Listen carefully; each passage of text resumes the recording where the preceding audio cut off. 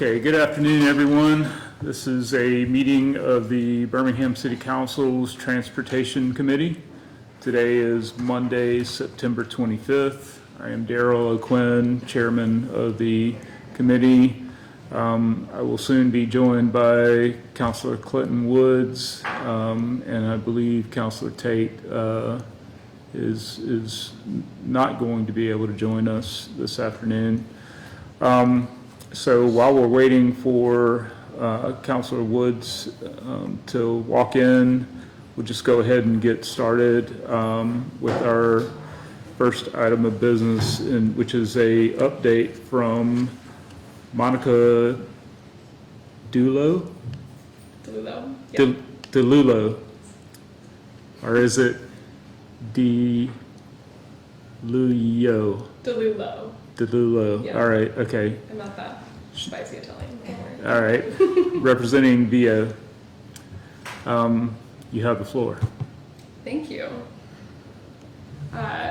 Great. Yeah, we'll just get started. We're here to share an update on our program in Birmingham. My name is Monica DeLulo. As the counselor mentioned, I'm VIA's Policy and Partnership Manager for Birmingham, and I'm joined by Brent Hendrick, our Operations Manager, located in Birminghamite.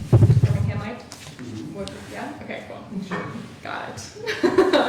Great. So today we're just going to give an overview of our service, talk a little bit about our program and our history in Birmingham, address some kind of recent safety kind of issues and concerns that have come up and what we've done to respond to them, and then share a little bit more information on safety and parking that's available within our app and to our users. So VIO is a shared micromobility operator. That basically means shared bikes and scooters. We have a diverse fleet of about 6 different vehicle types. Here in Birmingham, we have a seated Class 2 e-bike and a standing scooter. We originally launched in 2017 in Purdue University. Our founders went to Purdue and kind of conceptualized VIO there, and we've since grown to about 50 different markets across the United States that include Tuscaloosa, Birmingham, New York City, Seattle, and a few other markets. I live in the East Bay in California, and we're in Oakland, Berkeley, Emeryville, and Albany there. We've operated in Birmingham since April 2021, and what sets VIO apart from some of our competitors in the micromobility industry is that we actually design, manufacture, and operate all of our vehicles in-house. So we're fully vertically integrated, which means that we have the ability to create new vehicle types and iterate on our vehicle types as we're able to. We don't have to rely on a supplier to make changes to their offerings for us to update our vehicles.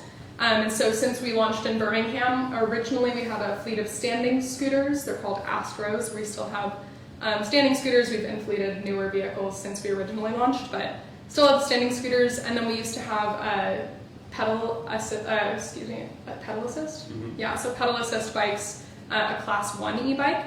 And we've since inflated our Class 2 e-bikes, which are throttle first, which means you can sit down on the vehicle, you don't have to pedal, but you can if you want, and then you can also use the throttle to get around. It's got a lower center of gravity than a standing scooter and is more comfortable for all different types of riders. Me, personally, when I wear heels and a skirt and don't want to pedal a bike or stand on a scooter. Our company is really focused on long-term growth and partnerships. We recently entered into a 5-year contract with UIUC in Illinois, and we're looking to push a lot of our contracts to be those longer-term relationships with cities and operators and markets that we operate in to continue to grow along with them. So we hire 100% locally. Our staff here in Birmingham, Brent is a Birmingham native and a local, and his team is all comprised of Birmingham locals. We don't rely on the gig economy or a franchise model for our work, so we hire employees rather than outsourcing our operations through an app where someone can log in and do things. We really try to invest in our team and train them to operate our vehicles. We have in-house mechanics who service our fleets in our different markets, and we really try to encourage kind of local sourcing and participating in the local economy in every market that we work in. So we have a local operations manager in East Market who is really close to the market. Brent is really familiar with the local geography and topography and all the different things that are going on. So he's able to be really responsive when things come up, and we'll talk a little bit more about that later today. And we also have customer service that's available to be responsive to incoming issues. So how does it work? Basically, I would take my phone. You can scan the QR code on a vehicle or on our website or wherever you'd like. You can search it in the App Store. It's called VEO, V-E-O. You just download the app. Once you get set up and set up your account, you'll be prompted to take a photo of your ID. We don't store this information locally, but we do use that information to verify that our users are over the age of 18. They scan both the front and back of their ID. And then they can continue to the app where they complete a safety checklist. So we just remind them of our safe riding rules. They check through those and that information.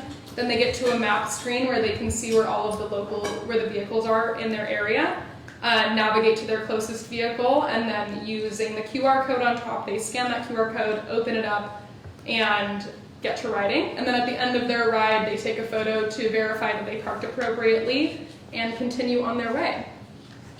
So what is VEO like in Birmingham? Since we launched in April 2021, we've had over 400,000 rides covering over 850,000 miles, about 2.2 or 2.1 miles per trip on average. We've had over 62,000 riders, so that's comprised of local riders, tourists, people who come in, business folks. There's a photo on the right here of our tabling at City Walk during the World Games. So lots of people have kind of utilized our service in the city. We surveyed our Birmingham riders last year and found that 20% of them actually don't own or have access to their own vehicle. And 33% of them stated that they could lessen their car travel because of VEO being available in Birmingham. In the same survey, we found that 3 in 10 trips on a VEO replaces a car trip, so our mode shift is at about 30%. I believe it was 28%, the actual number. And the majority of our riders, contrary to what folks might think, are actually between the ages of 25 and 34. And 40% of our riders are over the age of 35. So, there's this kind of idea of like the cool tech kid that's like 19 years old, bleached hair, riding on their scooter, but in reality about 80% of our riders are over the age of 25, which I shared with Brent today is actually the day that your neural networks fully form in your brain, so we gotta get in on it. So in terms of community engagement, we like to get involved in the local community. Aside from Brent being like literally the encyclopedia on all things Birmingham, we do engage in a lot of events. We were at the World Games. We served as an integral piece of our transportation ecosystem here in Birmingham during the games, helped folks get around, worked really closely with BDOT to set up different hubs and add bring vehicles in from Tuscaloosa during the games to support the increased travel. We've been a sponsor of Sidewalk Film Festival for the last 3 years, and so we'll hand out like little boxes and promo cards for their VIPs who come, give out little like promo cards, and they get discounts on their VEO trips. And then during the games, we put little promo hang tags on our vehicles where people could scan and then get a discount on their ride if they were riding to and from Sidewalk. And then we participate in Furnace Fest this past weekend. We partner with the Alabama Coalition on Clean Energy and several other organizations here in the city. This is a quote that was genuinely pulled from our survey. I promise I didn't make this up, as awesome as it sounds, but I read it and I was like, we have to read this out loud. This constituent said, having VEO in Birmingham has connected parts of my city that were not walkable, and that's been amazing. It's leading to more bike lanes and an overall more safe and walkable city. I will be reaching out to them to join our marketing team later. Very well put. So as folks are aware, we've seen the mayor's call on Facebook recently regarding folks congregating in certain places and engaging in potentially violent behavior. And so we've heard issues and concerns raised by our partners at BJCC that they were worried folks were getting around on VEOs to come to these events. And so we wanted to make sure that we were responsive to those concerns as they arose.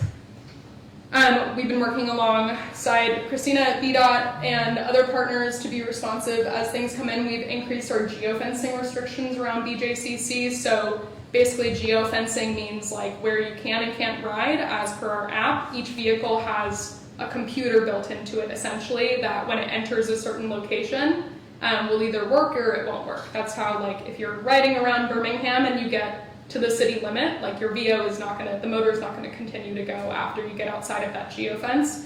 So basically within BJCC, we've added something called no ride zones to not allow people to ride into certain areas. We've increased the size of those no ride zones and then added other geofencing kind of policies.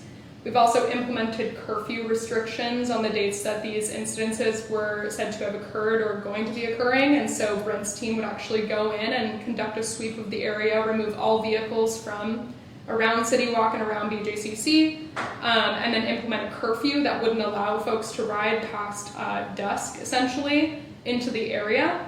And then we've also increased our weekend and evening staffing to account for any issues that might arise, and Brent and his team have been available by phone pretty much at any hour of the day to go retrieve vehicles if anything came up. But our biggest thing that we've worked on in response to this is actually just completely reframing our deployment strategy. And so in the map here you can see this is kind of pre-implementation of our new geofencing restrictions and our new deployment strategy. We were originally, you see a really big spike there in the middle of the map near Railroad Park. In the kind of top left of the map, you can see the area around BJCC. There's pretty high ridership there. These are essentially locations where folks are ending their trips, so trip end locations. And so around BJCC, you can see still pretty high ridership over there, and then all throughout the city. We implemented the new geofencing restrictions in early August, so I took a snapshot here of the preceding 2 months to the new deployment strategy, and then the deployment strategy after. As you can see in the top left, there's significantly less trip ends in the BJCC area, and we've actually reframed much of our deployment around UAB. We've seen a huge uptick in ridership since students have come back around UAB, so we're able to serve the students and make sure that people are able to use our vehicles, and making sure that we're keeping vehicles out of the area that BJCC prefers not to have them while these events have been transpiring. And this is up until, I believe, last Thursday or Wednesday. Yeah, just want to reiterate that, safety is really important to us. Obviously,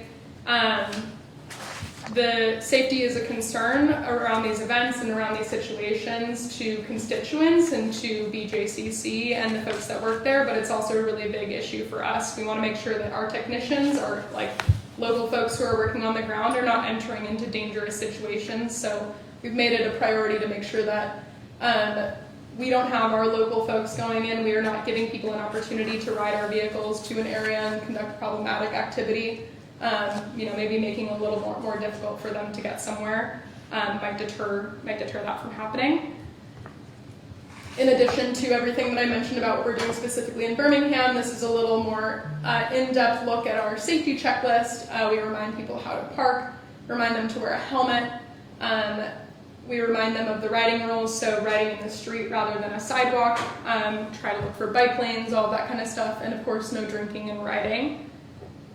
This is a little bit of information about our customizable geofencing technology that I talked about earlier. So in addition to those no riding areas, we have no parking areas. So maybe we want to allow someone to go through but not stop in a location. We can make it a no parking area. We can allow for slow speed zones. So all of our vehicles are capped at 15 miles per hour, but in a slow speed zone, they're capped at 8. And so it just kind of slows traffic to a more manageable speed in high pedestrian areas. And our GPS is pretty accurate. It'll be enforced very quickly once it pings within a geofence.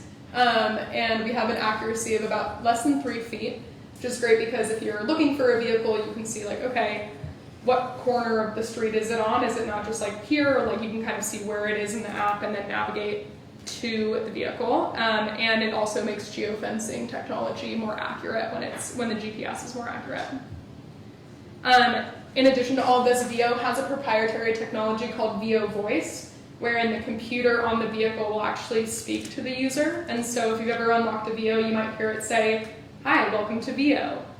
It wasn't me that recorded it. I know you all were thinking, don't worry.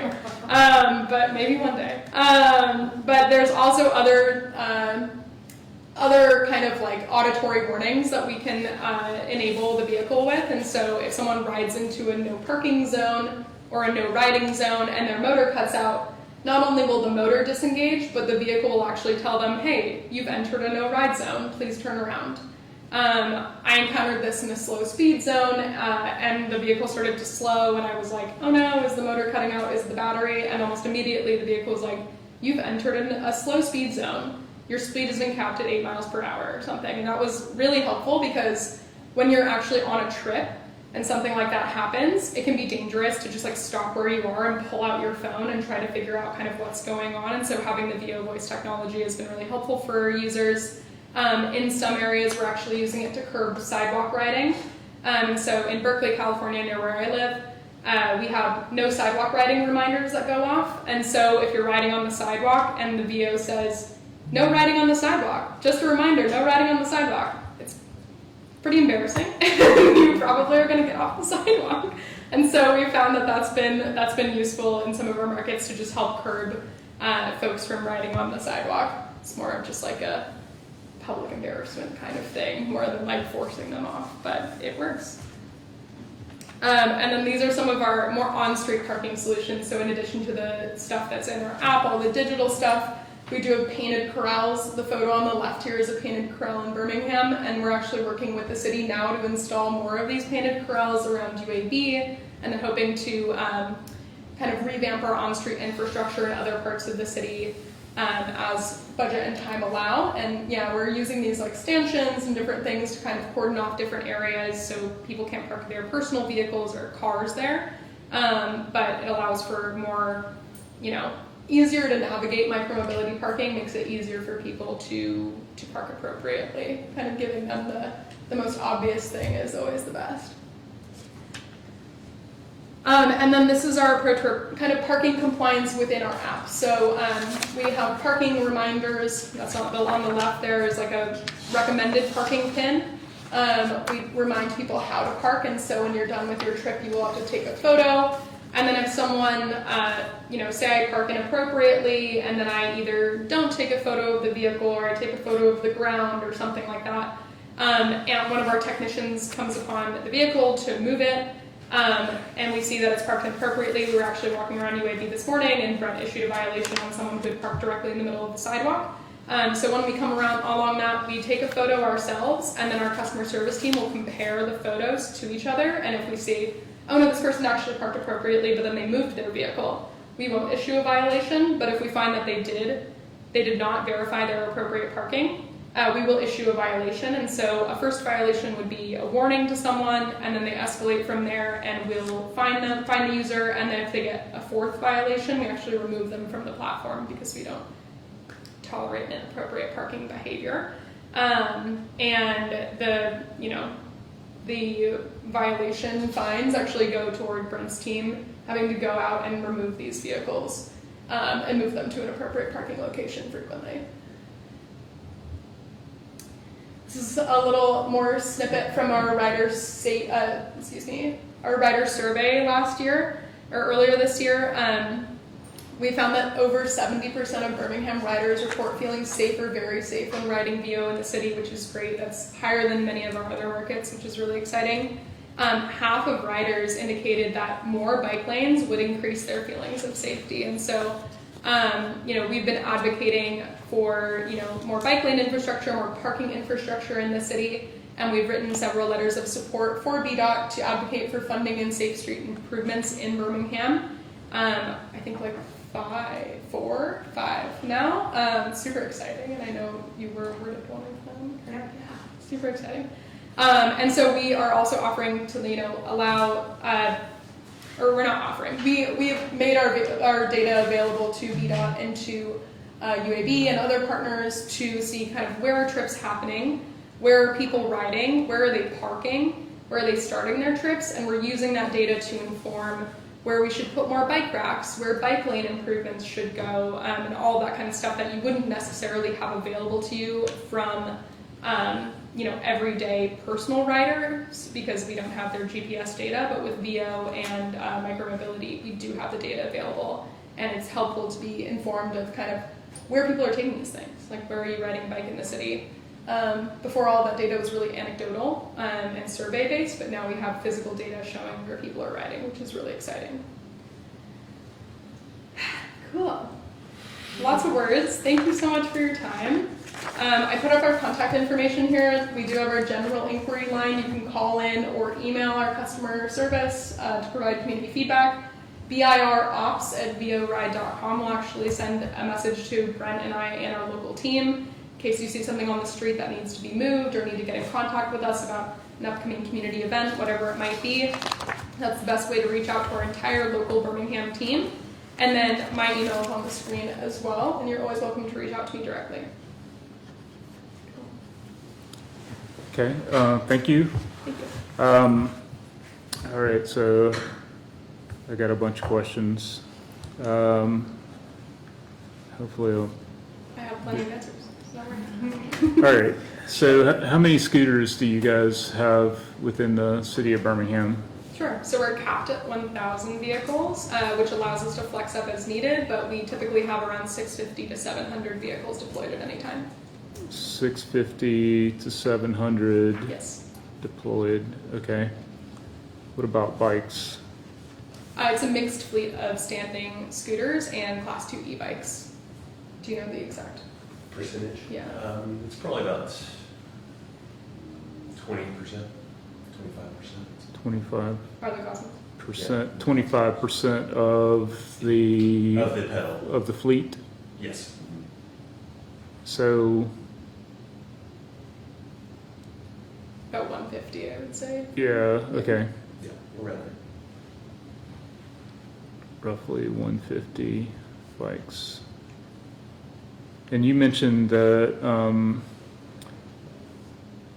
those are Class 2 e-bikes, so those require that you actually turn the cranks to get them started? No, just their throttle first. And so you can sit down on the bike, put your feet on the pedals and not move your feet, and then press the throttle and it will slowly take off. Okay.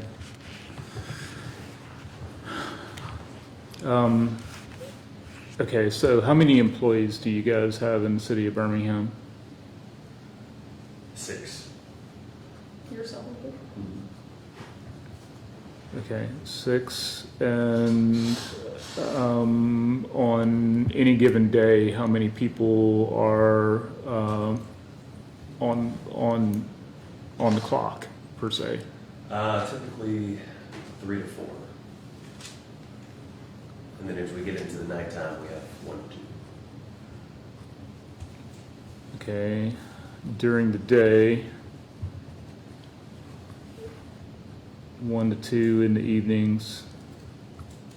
Okay, and does that sort of, correspond to the ridership activity during the day? You have most of your ridership activity occurring during business hours? Most of our ridership is taking place during the hours of 5 p.m. to 10, close to that time frame. And so oftentimes we are trying to play catch up because you can be chasing vehicles a lot. And so we try to manage our staff to where they're available, and they're available more in high ridership areas. So like Railroad Park, UAB, those kind of places.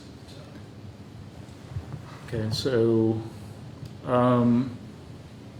If I may, the majority of what our staff does is swaps batteries, and so you don't want to be swapping batteries while people are on the vehicles, and so that'll usually happen the morning after is when we kind of swap batteries from the evening before it's ridership. So, what hours of the day are your employees out in the field, performing resets and swapping batteries and moving vehicles around? 6 a.m. to midnight. Okay.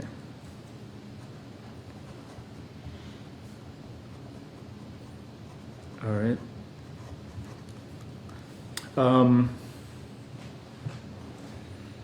And what would you say is the frequency?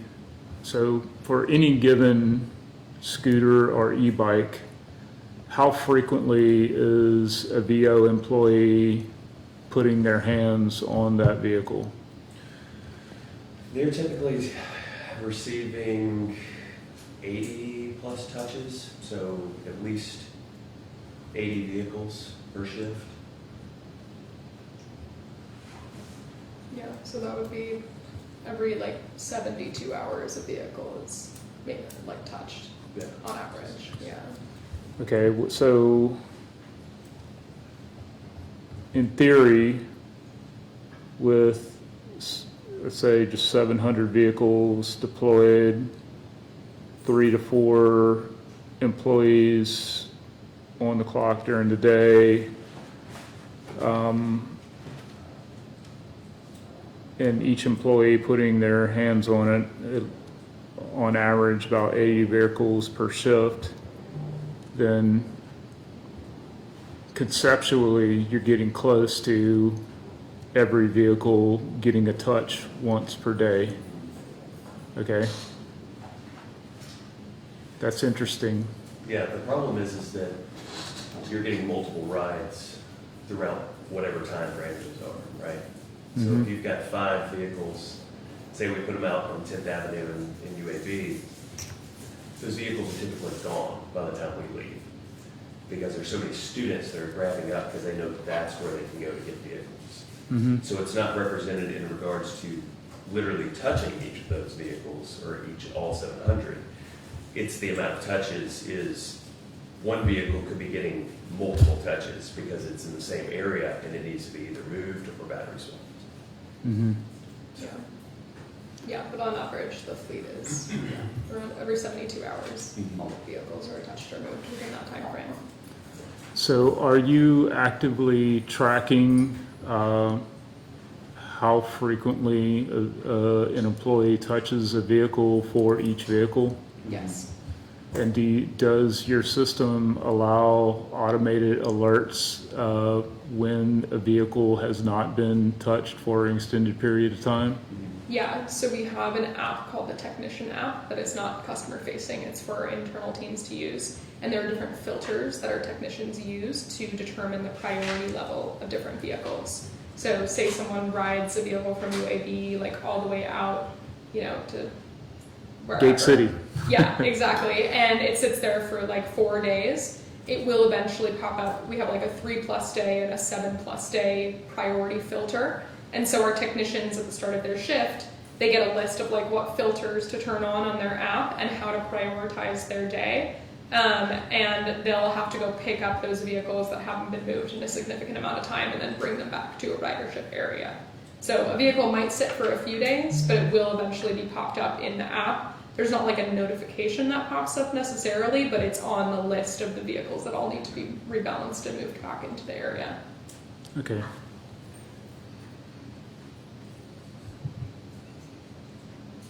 So those intervals, so if I'm a resident and I'm, in a single family residential neighborhood, somebody has, gotten a VO scooter to ride from, let's say, Avondale, 41st Street in Avondale, to one of the adjacent single-family residential communities.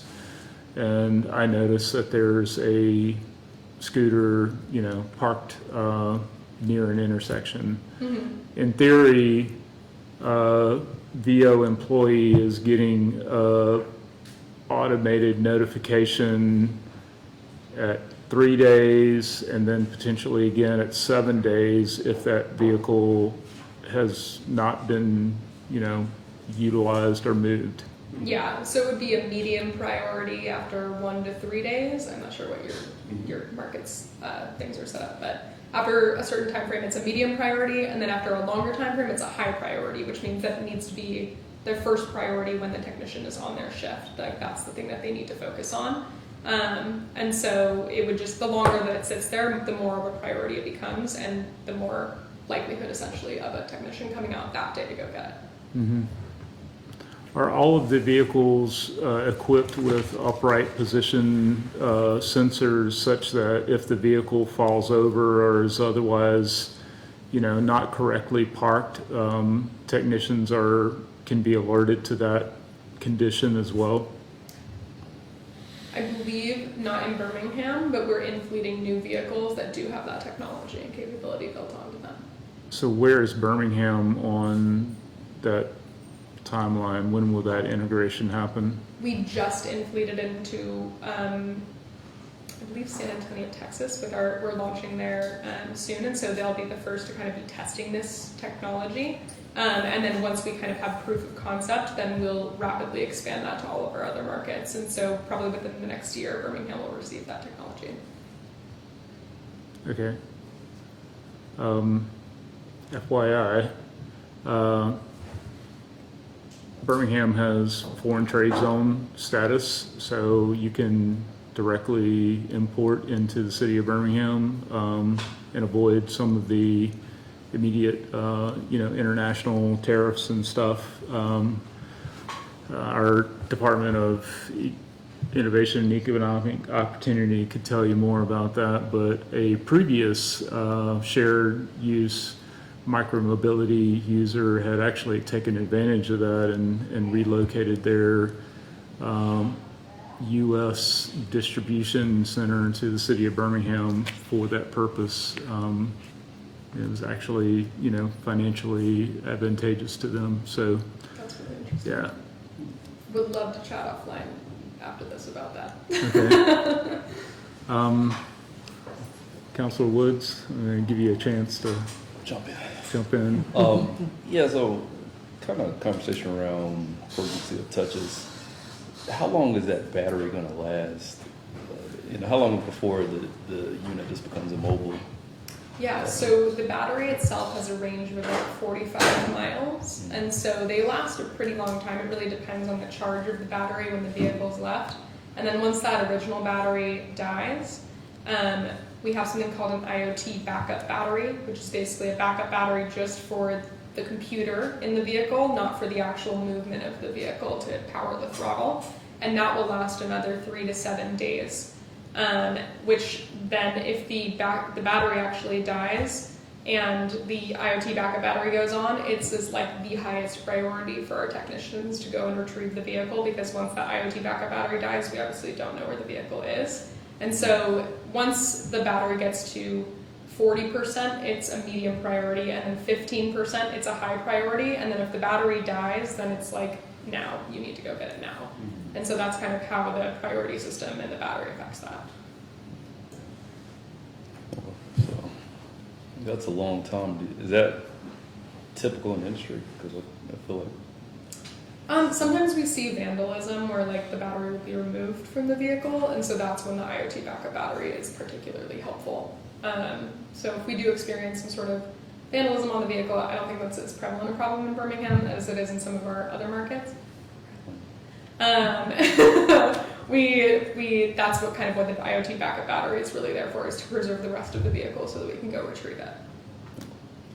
Yeah, so I guess so if you see like one where there's a lot of dead batteries, is that more of a just zone where techs haven't gotten to? Is that, I guess, in your experience, is that something you see like clusters of It is. It definitely is, because if you look at our actual ridership data, most of our rides take place between 65, Highway 280, 59, and Redmond. Most of our ridership. And that's just because it's a concentration of people. And so, specifically UAB, if you can see here, UAB, we had a big event over the weekend where we had 1,200 rides on Friday alone. And so, that's a lot, especially for this market. So, as of right now, my team is out there trying to catch up, basically. The thing is the way in which we staff is based on, how well our market does, right? So if we hired up, if I was to say I'm going to hire up a couple more techs, over the weekend, there wouldn't be enough work for them to continue on after an event took place. So we oftentimes see this huge surge, and then if it's not sustainable, things can get a little wonky. But most of the time, my techs know where a lot of those hotspots are, so they typically are headed for those areas. Specifically Rubber Park, every morning, that's really big for us. And then UAV. So. Yeah, it's one of the disadvantages to having a full-time team is that you don't just get to add more jobs to your app for random people to pick up. But the advantage is that we have an in-house team who's really specialized in being able to take care of our vehicles specifically. And so it's kind of like a cost benefit there. But so when we do have these big events and we have to play catch up, that's the disadvantage. But then we do have, technicians and, managers and mechanics who are really trained specifically on our vehicles and on the market to understand kind of how our operation works so that they really know how to prioritize things. If they have questions, they can go into a person and actually ask them what's going on. And so it's a trade-off. Yeah. No, I mean, I've actually ride them, so I've had majority good experiences, except for that one time when the battery was dead and I had to walk. But no, I think overall, that battery range is a lot more than what I thought it was. Yeah, it's interesting because the city of Birmingham, the way in which the geofence works, I mean, we're 99 communities, right? So our geofence is actually fairly large compared to, I'm also managing Tuscaloosa. It only works in a 5 square mile area. Here we're working in 30. So we could have a larger fleet here, but the problem is that I've always been kind of guarded against that because I understand that we have to continue to clean up clutter and move vehicles on the regular and get them. It's all about really placement for us and getting vehicles in the places that people were going to ride. And So I don't know if this is a question I can get a good answer from y'all on, but I won't say any names, but do y'all feel like in the industry y'all have a longer battery life than competitors? Because I don't have specs on the other competitors' battery life, but I would say probably 45 miles is pretty significant. Obviously that's going to change based on topography and speed and weight of the person that's riding and all that kind of stuff. Those are going to affect the battery life, but we do have, I've found anecdotally riding VOs that they have a pretty significant battery life and can get pretty much wherever I need to go. all right, so this might be a better question to ask. Have y'all seen significant increases in your battery life? Because I don't know why I got it in my head that the batteries didn't last that long. The batteries degrade over time, as any lithium-ion battery is going to degrade over time, and so we do have to frequently in-fleet new batteries and then recycle the existing batteries. So sometimes you come across a battery that just is not great, but we will be we in-fleet new batteries all the time. Yeah. we actually have to do a yearly battery inspection as well. So we have somebody from our own team come in and inspect all the batteries, and then we have to recycle any that have I think up to 10% of the cells are actually dead, and so we have to actually recycle those. So I want to come back to your point you just made about the Birmingham potentially could have a larger fleet. So just a little bit of background. Whenever I came onto the council in 2017, the shared use micromobility was just becoming a thing. In fact, back then, the scooters, were just coming onto the scene, and it was still a conventional pedal bike. That was the most common platform.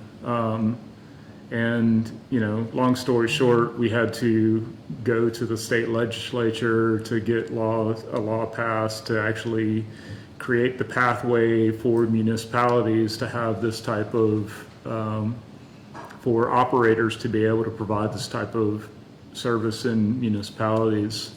So it's, been following this like literally almost from the start. And it's been an incredibly helpful tool in terms of helping leadership both within the council and the mayor's office and the Department of Transportation in terms of taking a city that has for many decades been car dependent towards being multimodal, and so we're getting there. And I think part of the argument for more infrastructure that is multimodal is helped by seeing people on scooters and bikes on the street.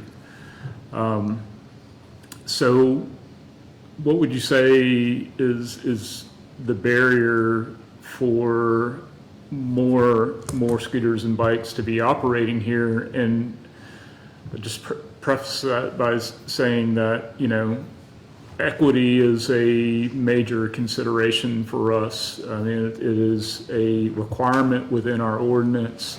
You guys are obviously, meeting some of that in terms of the survey data that you're getting back saying, a lot of your ridership doesn't own a vehicle. We want this to be available on the UAB campus, of course, and, in downtown, but it's also something that is going to help folks in the surrounding single-family residential neighborhoods that are trying to access, food, education, workforce opportunities. How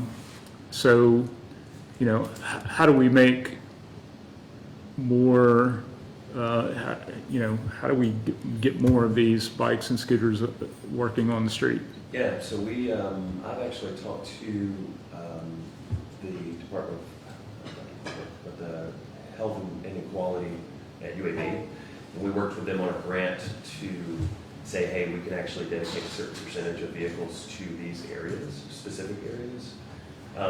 And she, I can't remember her name, but we basically were trying to figure out exactly how do we, have more ridership in there, because when we initially launched, we definitely had vehicles in a lot of those areas. And I think a lot of it is education, but I think also it's infrastructure, which we're continuously working with VDOT to figure out how do we get vehicles that are not blocking sidewalks, but that are also available for residents. Mm-hmm. And sometimes it's oftentimes really difficult. Mm-hmm. And so, yeah, we're working on that right now. So. If Christine? you're asking, Christina Arden, Department of Transportation, you're wondering about some of our closest neighborhoods that are outside square, if you will. Right. Expanding coverage, Yeah. right? By the way, I just gotta say, I love this graphic. Yeah, Like, I was looking at it. I know, they're my favorite. It's like today. the bat signal, I know, that that line, Round Park one is crazy. you need that. That's great. yeah. Love it. Wish we had that kind of stuff in our agenda packets like every meeting, but It Anyway. is a free tool that I use to create these, so if anybody wants to learn it, I'll do Information it. is beautiful. yes. I'm very Um, fun to work. Yeah, so, new technology, something that was completely new to the city of Birmingham, as well as a lot of other municipalities throughout the United States. And, we literally had to craft an ordinance from scratch here. So, Christina, what's your kind of take on, I think our ordinance reflects some of our ideas that we had, prior to implementation. One of the big things that we did in terms of innovating was requiring the corrals. And where would you say that we are in terms of, achieving that vision of having a network of designated parking areas for these vehicles, throughout the operating zone? Well, I would say that we definitely have some work to do. We rolled out with about 80 different parking corrals, I think, 70 or 80. And we've gone back in and expanded some, in and around River Park. We put in a handful of new ones, but I think what will make our system robust for the long haul is to have more corrals. So a lot more corrals. And so, as Brent and Monica mentioned this morning, we walked with the transportation team at UAB, and so we're going to start there. We're going to start on their campus and scoop up, on-street parking spots where we can. There are some areas where there's really not an on-street parking spot, but if there's an area near a bike rack and painting in some squares, some parking squares on the sidewalk.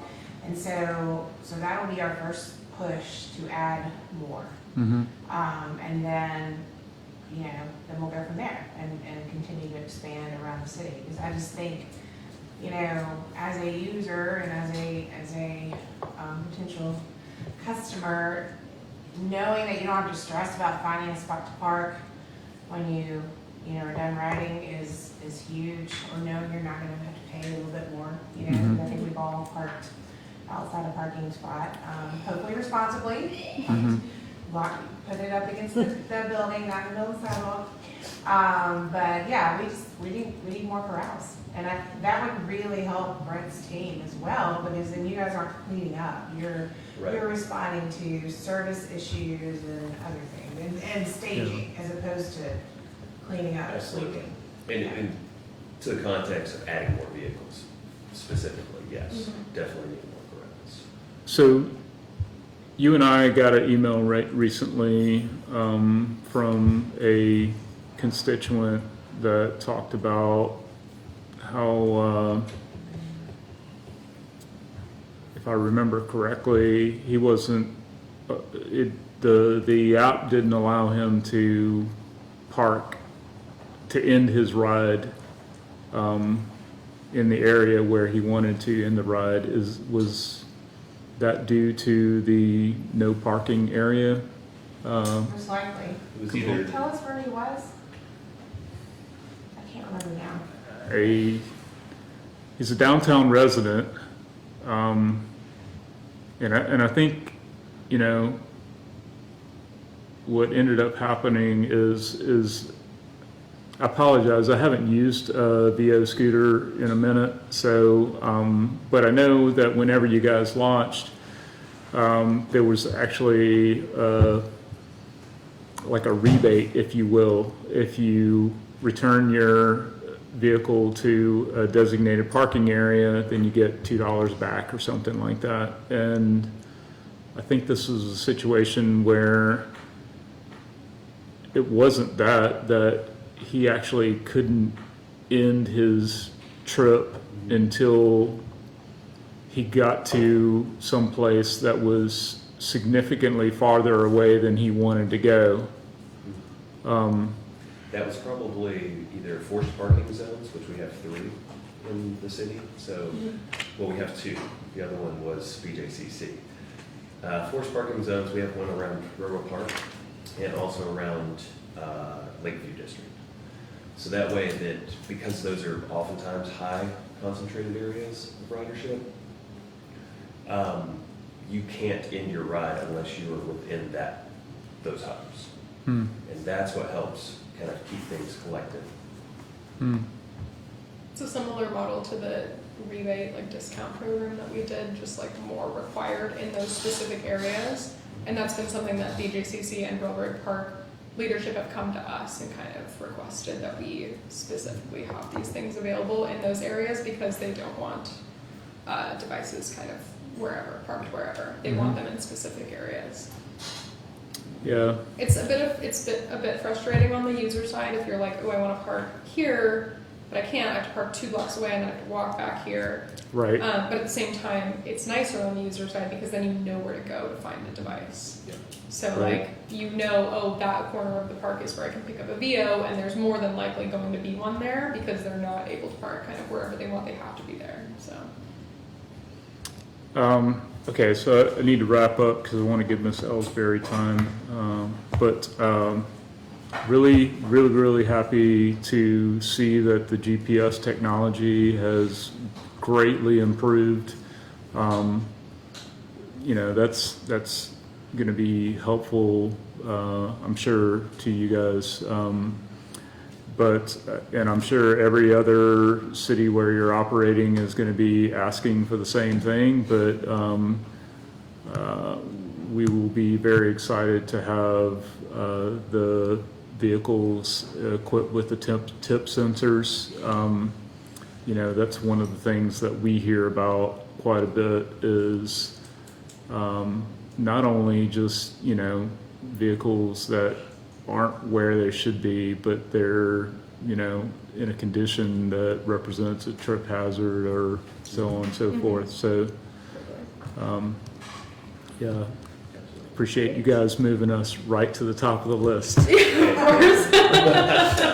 Thank you. Yeah. Well, we'd be happy to come back and do another one of these kind of overviews, and you know, Q2 or something like that, spring of next year, if that would be helpful. We love kind of sharing information on our ridership. We'll have conducted another survey by then, so we'll have some data to compare from the previous survey and this newer one, and would love to continue to share information with you as needed.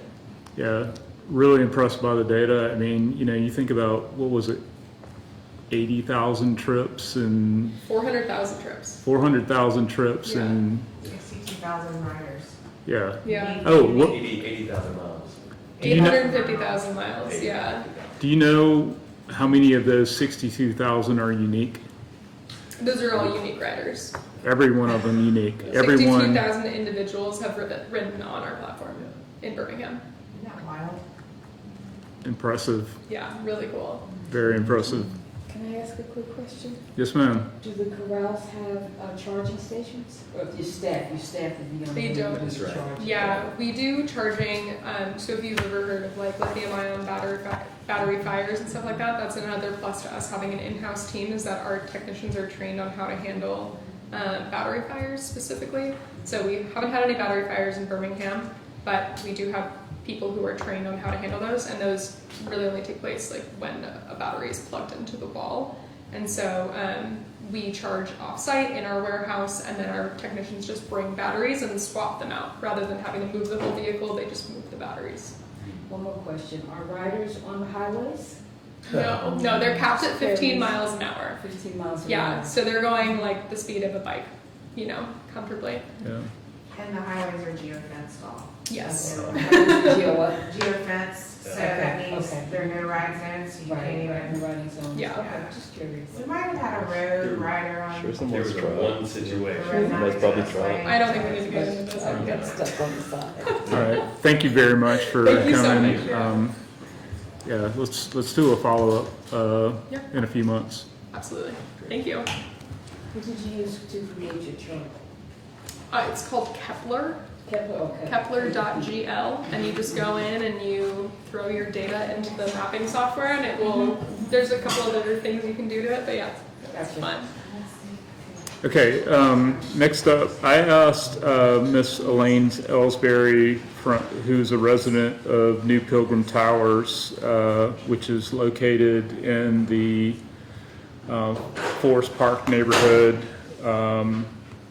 It is a senior living facility, and Miss Ellsbury has been corresponding with me about public transportation and access to shared microtransit. So I wanted to give Ms. Ellsbury an opportunity to sort of share her experiences and concerns. Ms. Ellsbury, you have the floor. So you got to talk to the microphone, and we got a camera over there. Okay, So if you just speak to the microphone, Okay. you'll be okay. I don't want to be rude. I'm over at New Pilgrim Towers, and many of the residents have cars. Many of them don't. Some are disabled, and as you can tell by this shoulder, I'm not driving. And I've had surgeries on both shoulders, so I haven't been driving in a while. And our number 12 bus was taken off the road, and that bus stopped right at the door, and the transportation was limited. It would go down to the Central Market. You could stop at Publix. It also used to stop at Piggly Wiggly, and it would stop at Piggly Wiggly on the return trip, but they eliminated that stop maybe 2 years ago. So you could go to Piggly Wiggly and purchase items, but you have to carry them home. Kind of hard going up the hills over by New Pilgrim Towers. So that's an issue. And now that the 12 is gone, your transportation is, you have to plan your transportation, and our lives are not necessarily planned. We want to be spontaneous, and we'd want to know that we can catch, ride on a schedule, plan a trip, plan some time to go, or know what time you can go. VIA has been sometimes pretty tremendously bad. They'll call and schedule a trip, and then you'll get a message back and say that check your ETA, your ride is going to be 30 minutes later. And the same with the return trip last week. It took, well, they never did pick me up, but I was on hold and on the phone with VIA for over 2 hours at Publix trying to get home. Sometimes they don't know the city. It would be good. This lady spoke about local staff, but I was trying to get to a pharmacy. Actually, it was Walgreens at Vulcan, and the driver didn't know where it was, and so he had me riding on the vehicle, for 2 hours while he took other people around, and he never took me to the pharmacy, and I wound up getting off at Publix and calling Max Transit, and they took me home, and they charged me. I double-checked my bill today, and I need to get those dollars back. But VIA is not reliable, I don't think, and the language is flowery, and when I'm calling for a ride, I'm not interested in the courtesy crap. I just want to ride, and I want to know what time I can get there, and I want the vehicle to be there when it's scheduled, not later. The VIA buses are vans, and we often have to ask them to pick us up at the curb, not in the middle of the street. Same with paratransit. We should always pick up a passenger at the curb, not in the middle of the street, at the sidewalk, no matter where you are. If you're going to the library, if you're going to a store, pick up a passenger where they can get onto the vehicle. Some people aren't as tall as others. And also the number 12 bus would lower.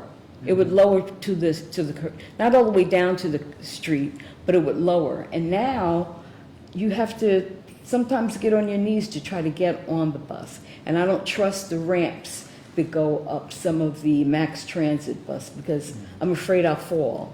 And those buses are kind of shaky. They're not as sturdy as the local number 12 was.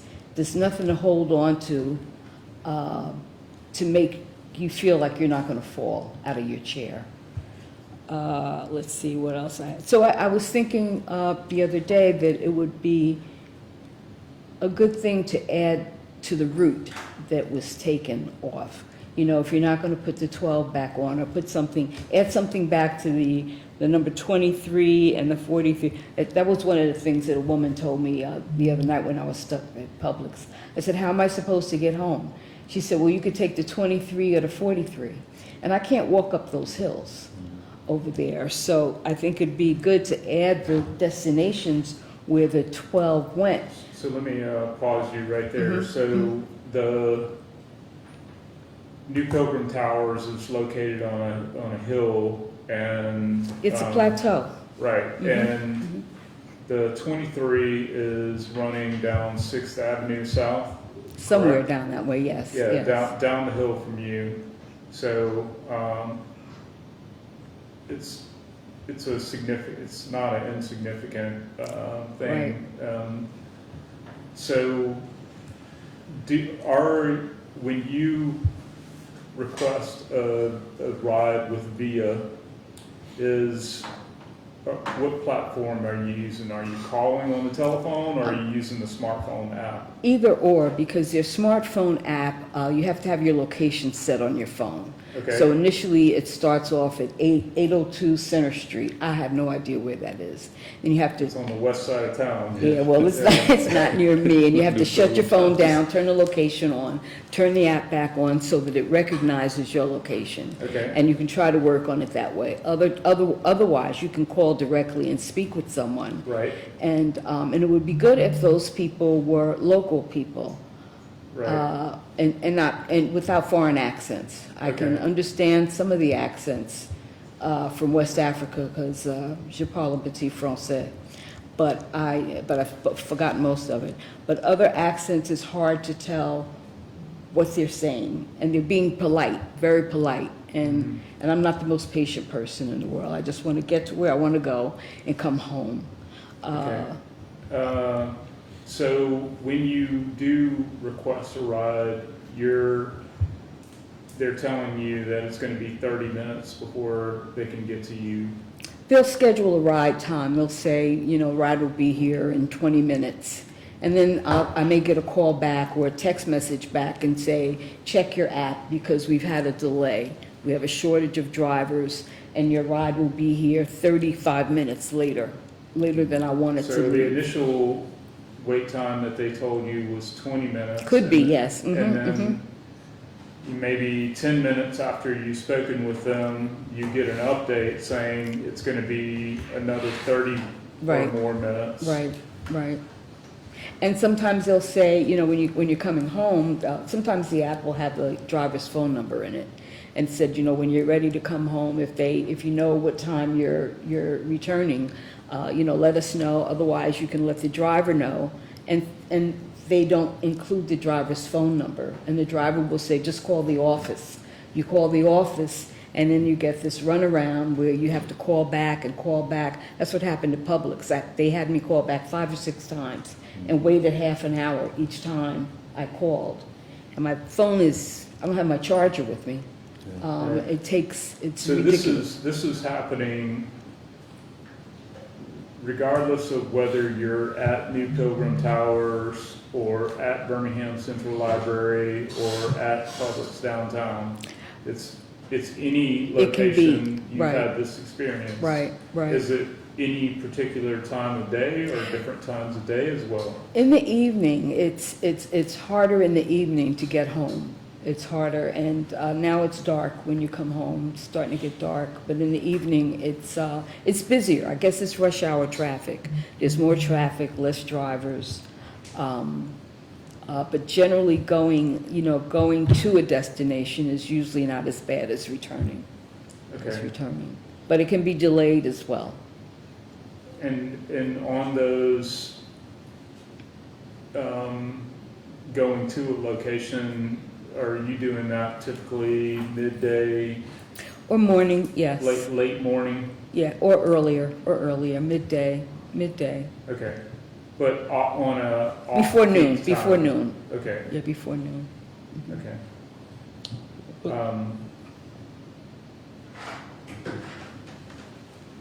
So there was a period of time when New Pilgrim Towers. So there was a period of time when New Pilgrim Towers, was no longer being serviced by the 12, but it also wasn't in the Birmingham on-demand service area. So I'm guessing that has changed now. It's not being serviced by the 12, but it is serviced by Paratransit and Birmingham On Demand. Okay. May 15th, I think, is the date that they switched.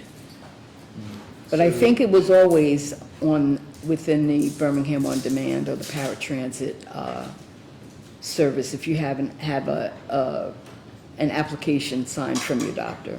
Yeah, that's, Get that. that's the BJCTA VIP service. And you have to call, and arrange an appointment the day before. Right, yeah. So, I mean, what's been your experience with VIP? I mean, you do have the The Paratransit. inconvenience of having to schedule, a day in advance, but, in terms of picking you up within this scheduled window, what has been your experience there? With Max Transit's been fine, no problems whatsoever. It's just that I can't be spontaneous, and I'm a little frustrated. And I may get a doctor's appointment that's scheduled on the fly, and United Healthcare and some of the other medical services want you to schedule a ride 3 days in advance or 2 days in advance, and I may not have that option. So that's why I like the number 12, because I could depend on when it was going to be there Right. and schedule appointments around the number 12 schedule. Have you seen any difference if you initiate your trip with the app versus initiating your trip with the call? Or do you primarily call or primarily use the app? Yeah, for VIA. I try to use the app because the call is annoying. Yeah. I'd rather use the app and get my ride. I don't want to hear all of the apologies and all the greetings and all of that stuff. I don't have that kind of patience. Just I just want to get to where I'm going and get back. I have other things Yeah. to do. Then do you know what's the closest bus stop to New Pilgrim Towers now? Now it's at number 23 or 43. I don't know what the bus number is because it doesn't pass by our street. Do you know where it stops? It stops on 7th Avenue, maybe 7th Avenue down by, I'm not sure where it is. Well, 7th Avenue, it's several blocks over. But it could come up to 34th Street. And I think 34th Street is where Therapy South is and where that restaurant near Walgreens. And make a left and go past Piggly Wiggly. Because the bus used to go past Piggly Wiggly and go all the way down past the golf course and come back up past United Way and scoot around through there and then take us home on 7th Avenue South. So that's one way that bus could travel back and forth, and it would increase the ridership for those buses because the people who live in the building, they want to go shopping as well. And it's another thing, it's an aside, is there was a bus that would take the residents to Walgreens, a couple other stores on the first Saturday of every month. And that bus has been eliminated. So now a lot of people are just stuck if they don't have cars or if they don't have family or someone to ask, someone to annoy to get somewhere. So have you been able to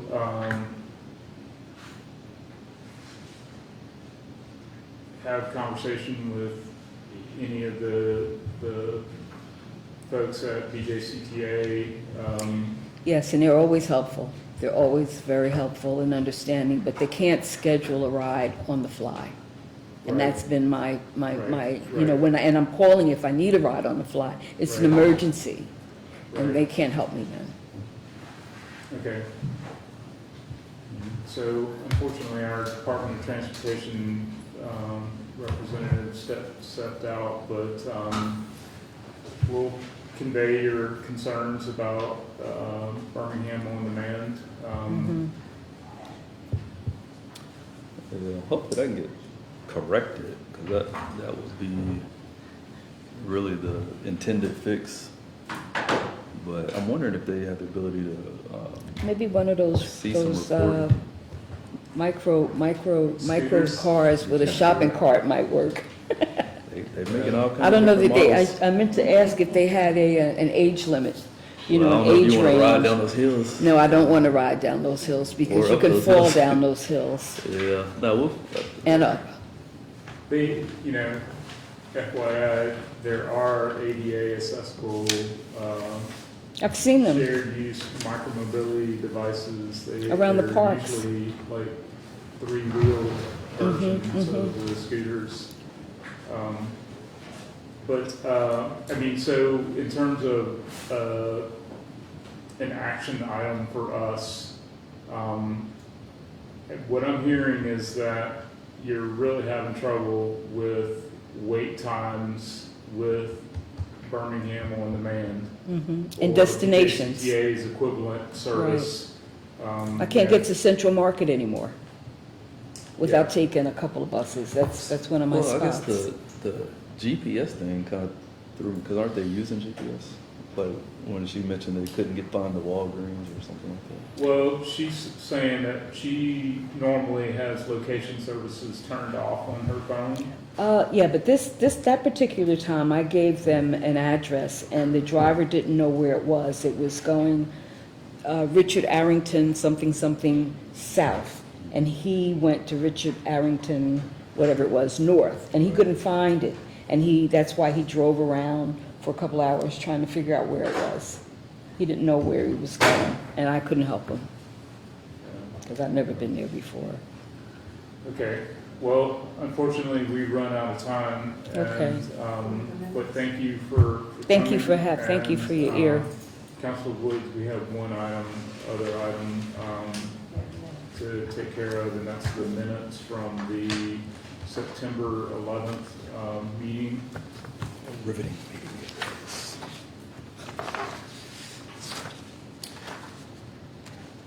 I don't have any changes or anything to take off, so I will move approval of the September 11th. Second, and all in favor say aye. Aye. Aye. All right, with that, we're done, and we'll get out of the way so you can, the Budget and Finance Committee meet. So, meeting adjourned. Thank you. Thank you very much. Thanks for